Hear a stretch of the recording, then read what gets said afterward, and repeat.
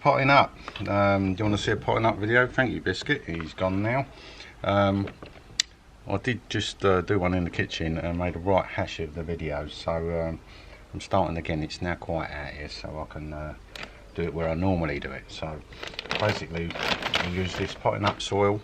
It's called BioBiz soil. It's from the Netherlands, so two guesses what they use it for out there. Okay, it's a good soil.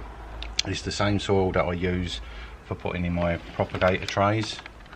So when I pot up the first phase into these 1 litre pots, I still use the potting soil that I use in the propagators. So anyway, let's get on with this. So let's fill these pots up. And what you want to do is, although the soil is very aerated, break it up a bit. You know, give the plant a chance to spread its roots, and it will grow for you.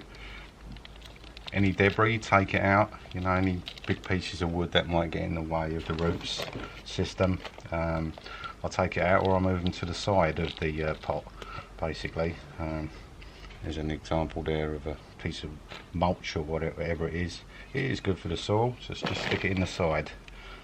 But anything too, you almost find planks of wood sometimes. There's a piece of wood there. I'll generally take those bits out and chuck them away. So first pot's nearly full up. It is messy, but you can tidy it all up afterwards. It's quite therapeutic. So pot number 1 is full. Break that up.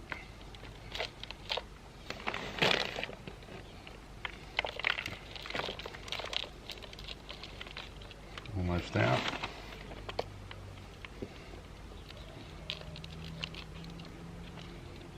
One more handful.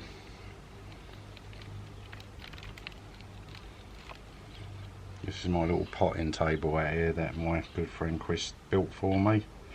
It folds up into the fence. You might have seen it in our Armageddon video and a couple of reviews I've done out here. When I put up again to the 10 litre pots, because these were only in the 1 litre phase here, I will show you this table. And how it folds up. It's quite cool. Right, so pots are full with BioBiz soil. Okay, now what you want to do before you put the seedling in is make a hole. See how far I'm sticking my finger in the soil here? Deep enough for it to drop down to its leaves. I always put them down to its leaves. It gives the plant a chance to get stronger, so it isn't so leggy and reaching for the sun and falling over, if you like. You know, it makes the plant weaker. So I put them right down, basically. Right. So let's all this to one side now. This particular tray I'm coming from is one of my just small trays. I'll show you, I did show you in another video, potting the seedlings into these larger trays. Okay, so you can see there's some I've already taken out, some that have just sprouted, they're still going, it's unbelievable. You know, and a couple that are going to be too big for the tray and they're going to have to come out within a couple of days, I would have thought. Otherwise when you put the lid on you end up damaging them. Alright, but we're going to go with these two because these are ready to be potted up. So basically, propagator tray. Now I have to find out how I did this one. Right, I numbered this. Now normally I would put on the tray top and bottom, for this small tray I just numbered the cells basically. And here's my grid of the cells and the numbers on it and what plants are in there. You see the ticks, they're the ones that have germinated. So I know, let's turn this around. Alright, I know cell 6 and what is it? Cell 6. One, alright. Oh, I see, I've numbered them that way. 1, 2, 3, 4. So it's cell 6 and cell 2 on here. So it should be that way, this way round. Okay, can you see the propagator tray now? Alright, so this particular seedling here is a Serrano, and that particular seedling now is an Armageddon. And what I'll do is when I take them out, I'll put a squiggle in the box to show that I've removed it from that propagator tray.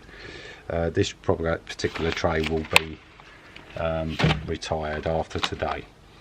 So there you go. Serrano at the top here, Armageddon at the bottom there. Right, now what you want to do, let's move this back a bit so I can get these guys in shot a bit more for you. Right, is that better? Okay, right. So what you want to do, so we'll go with the Serrano first, which was this top cell here. Now can be a little bit more closer to the plant because they're quite big cells in these particular propagator trays. When you're doing those larger trays with the smaller cells, you've got to cut just around the edge of the cell. And basically what you want to do is prise it out, hold on to the soil or the leaf. You don't want to damage the plant. If you damage the stem in any way when it's a baby like this, it will wreck the plant. It'll ruin it for the rest of its life. You can see it's starting to fall over now. I've removed a lot of this excess soil here and left some root growth show at the bottom, around the sides. You can take a little bit more. Haven't touched the stem, I'm only touching the soil. Only touching the soil. A lot of people, a lot of growers I should say, will hold on to the leaf, but I don't particularly want to break the leaf off neither. But if the leaf does break, it's not the end of the world. The stem is the important bit. So there you go. Here's my seedling. So which one should we go into? Let's pull this over in front of the camera. Oh, tilt it that way for you. And what I'll do is I'll drop that in all the way very gently, all the way down to the leaves, and then just knock that soil over where you made the hole. Okay, so right the way down, and what you want to do is a little gentle press, not too firm. Yeah, keep on right out shot again. Little gentle press, not too firm. Just to bed it in a little bit. There you go. So what you do next, give it a little drop of water. Hopefully you can see this. Little drop of water. Not too much, don't want to saturate it, but just enough to get that soil, although it's got moisture in it. You want to get a little bit of give it a little drink, because it will wilt. It will look like it's suffering on the first night. So obviously we know that one is a Serrano. I did already make up two labels for this. We can't get this in shot. Never mind, there we go. It's a Serrano. Alright, so we'll put that in the pot. And I will take that indoors and leave it on the windowsill for a few days whilst that is taken to the soil. It will take a night to perk up. It will start to wilt for a little bit. Right, once again on with the Armageddon. You can see this one a bit clearer. Cut around it with a knife.